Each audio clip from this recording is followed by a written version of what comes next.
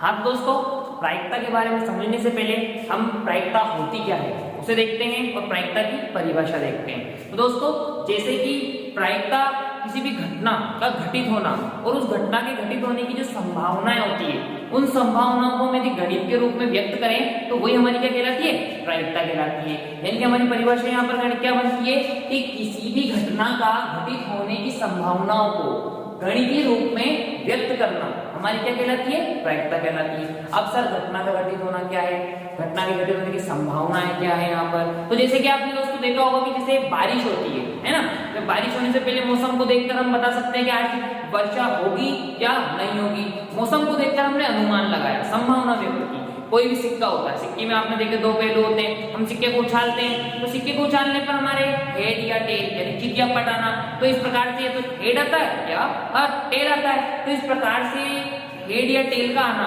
और ये हमारी क्या कहलाती है, किसी घटना का घटित होने की संभावना है कि हेड आएगा, हमने सिक्का उछाला या टेल आएगा, और हमने जो सिक्का उछाला ये होती है हमारी घटना का घटित होना। इसी प्रकार से कोई भी लूडो, आपने जैसे कि पूरे लॉकडाउन में भी लूडो खेल के टाइम पास किया ही होगा, ठीक है दोस्तों। तो लूडो में हमने 7 देखी, उसमें 1 से लेकर 6 तक हमारे अंक होते हैं। अब हम जैसे ही तो पासे को फेंकते हैं, उस लूडो की गोटी को जैसे ही फेंकते हैं पासे को, तो उसमें हमारे 1 से 6 में से कोई सा भी एक अंक का आना, तो जिस पासे को फेंकना हमारी घटना का घटित होना है तथा उसमें से कोई भी अंक का आना, हम उसकी संभावना लगाएंगे, मेरे 2 आएंगे, 3 आएंगे, 4, तो इस प्रकार संभावनाओं को व्यक्त करना हमारी क्या कहलाता है, प्रायिकता कहलाता है। ताश के जो पत्ते होते हैं, ताश की जो गड्डी होती है, ताश की गड्डी में से एक पत्ते को यादृच्छा निकालना, उस पत्ते का क्या आना, इक्का या गुलाम, बेगम, बादशाह, जो भी आना। इसी प्रकार से और उदाहरण लेंगे, किसी थैले में बहुत सारी गेंदें रखी है अलग अलग कलर की, और उस हम थैले में हाथ डाल के अगर एक गेंद को निकाले तो उसे अलग अलग कलर की, लाल है, पीली है, हरी है, तो हमें बिना देखे हम कोई गेंद निकाल रहे हैं, तो उस गेंद का हम बिना देखे बताना कि हाँ लाल आ सकती है, पीली आ सकती है, हरी आ सकती है। तो इस प्रकार से संभावनाएं जो होती है किसी भी चीज की, उसे हम अगर गणितीय रूप में व्यक्त करें तो वही हमारी क्या कहलाती है, प्रायिकता कहलाती है। अब प्रायिकता का सूत्र क्या होता है, तो प्रायिकता का जो सूत्र होता है हमारा,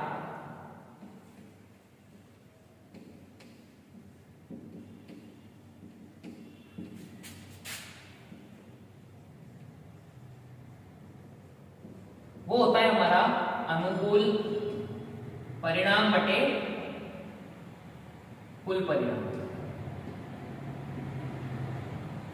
यानी कि जो प्रायिकता का सूत्र होता है हमारा, वो होता है अनुकूल परिणाम बटे कुल परिणाम। यानी कि किसी भी घटना की घटित होने में जो अनुकूल परिणाम है वो क्या होते हैं, सर अनुकूल परिणाम क्या होते हैं। तो दोस्तों, जैसे आपने सिक्के को उछाला तो हेड या टेल दोनों में से एक चीज आई, तो वो हेड या टेल जो आया वो होता है हमारा अनुकूल परिणाम। जबकि कुल परिणाम क्या हुआ, सिक्के को उछालने पर कुल परिणाम क्या हुआ कि हेड और टेल दोनों में से कोई एक चीज आ सकती है।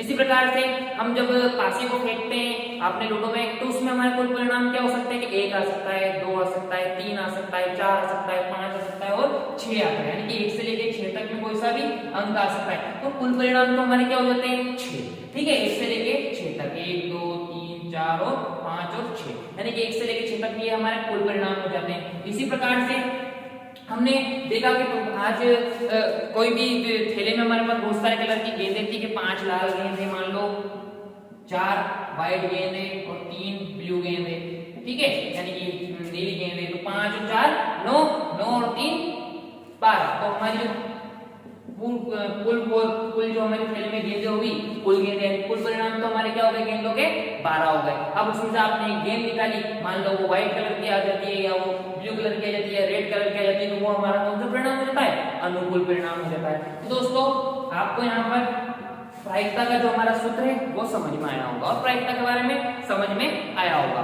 हम आगे और इसके बारे में समझते हैं कि प्रायिकता जो होती है, प्रायिकता को प्रदर्शित कैसे किया जाता है। तो प्रायिकता को जो प्रदर्शित किया जाता है वो P ऑफ E या P ऑफ A, यानी कि P से हमारे यहाँ पर प्रोबेबिलिटी होता है यानी कि प्रायिकता होता है, और किसी भी घटना का घटित होना या तो हम उसे P से प्रदर्शित करते हैं या A से हम प्रदर्शित कर सकते हैं।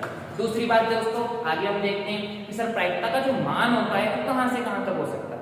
आपके दिमाग में प्रश्न आएगा ना, तो दोस्तों जो हमारा प्रायिकता का जो मान होता है, अगर हम प्रायिकता को P ऑफ A से प्रदर्शित करें तो जो प्रायिकता का हमारा मान होता है वो कम से कम हमारा प्रायिकता का मान हो सकता है 0 या 0 से बड़ा।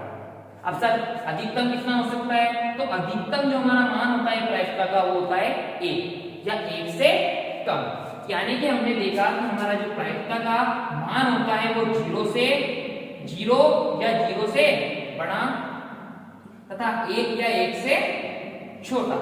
जो प्रायिकता का हमारा मान होता है वो 0 हो सकता है, 0 से बड़ा हो सकता है, या 1 हो सकता है, 1 से छोटा हो सकता है। तो दोस्तों इस प्रकार से हमने देखा कि प्रायिकता का मान हमारा कहां से कहां तक होता है, 0 से लेके 1 तक के मध्य हमारा प्रायिकता का मान होता है। ये हमारा प्रश्न बनते हैं। इसके बाद हम आगे देखते हैं कि जो प्रायिकता होती है, ठीक है दोस्तों, किसी भी घटना की घटित होने की संभावनाएं होती है, उन संभावनाओं का योग क्या हो सकता है, यानी किसी घटना की कुल प्रायिकताएं क्या हो सकती है, यानी किसी भी घटना का घटित होना और किसी घटना का घटित नहीं होना, यदि हम उनकी कुल योग करें तो वो हमारा क्या होता है। यदि हमने मान लिया किसी घटना के घटित होने की जो प्रायिकता है वो हमारी अगर मान लो योग 1 है, और उसी घटना के घटित नहीं होने की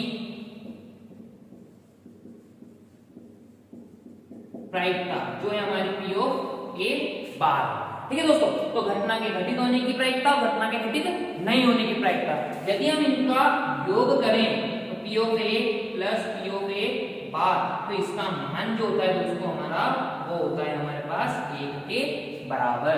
यानी कि किसी भी घटना की जो कुल संभवित घटनाओं का जो योग होता है वो होता है हमारा 1। यानी कि अगर हम बात करें तो इसके बाद में आगे और हम देखते हैं कि हाँ, किसी भी संभव घटना की जो प्रायिकता होती है कि सर संभवित घटना की आपका प्रश्न बनता है, सीधा प्रश्न आता है कि संभवित घटना की प्रायिकता, यानी कोई घटना संभव है कि होगी क्या, हाँ आज बादल दिख रहे हैं और पानी आएगा ही आएगा, संभव है घटना होनी, तो उसकी प्रायिकता हमारा मान जो होता है हमारा 1 हो सकता है। यानी कि मैं इसको मिटा दूं,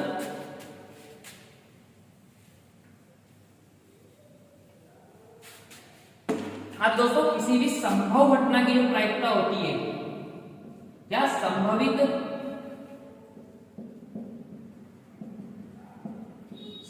घटना की जो प्रायिकता होती है, संभवित घटना की प्रायिकता का मान जो होता है वो होता है हमारा 1। दूसरी बात, असंभव घटना की प्रायिकता, असंभव घटना की जो हमारे पास प्रायिकता होती है उसका मान होता है 0। कैसे सर? तो जैसा आपने पासा देखा, क्या पासे में 7 अंक होता है क्या? 1 से लेकर 6 तक अंक क्या होती है?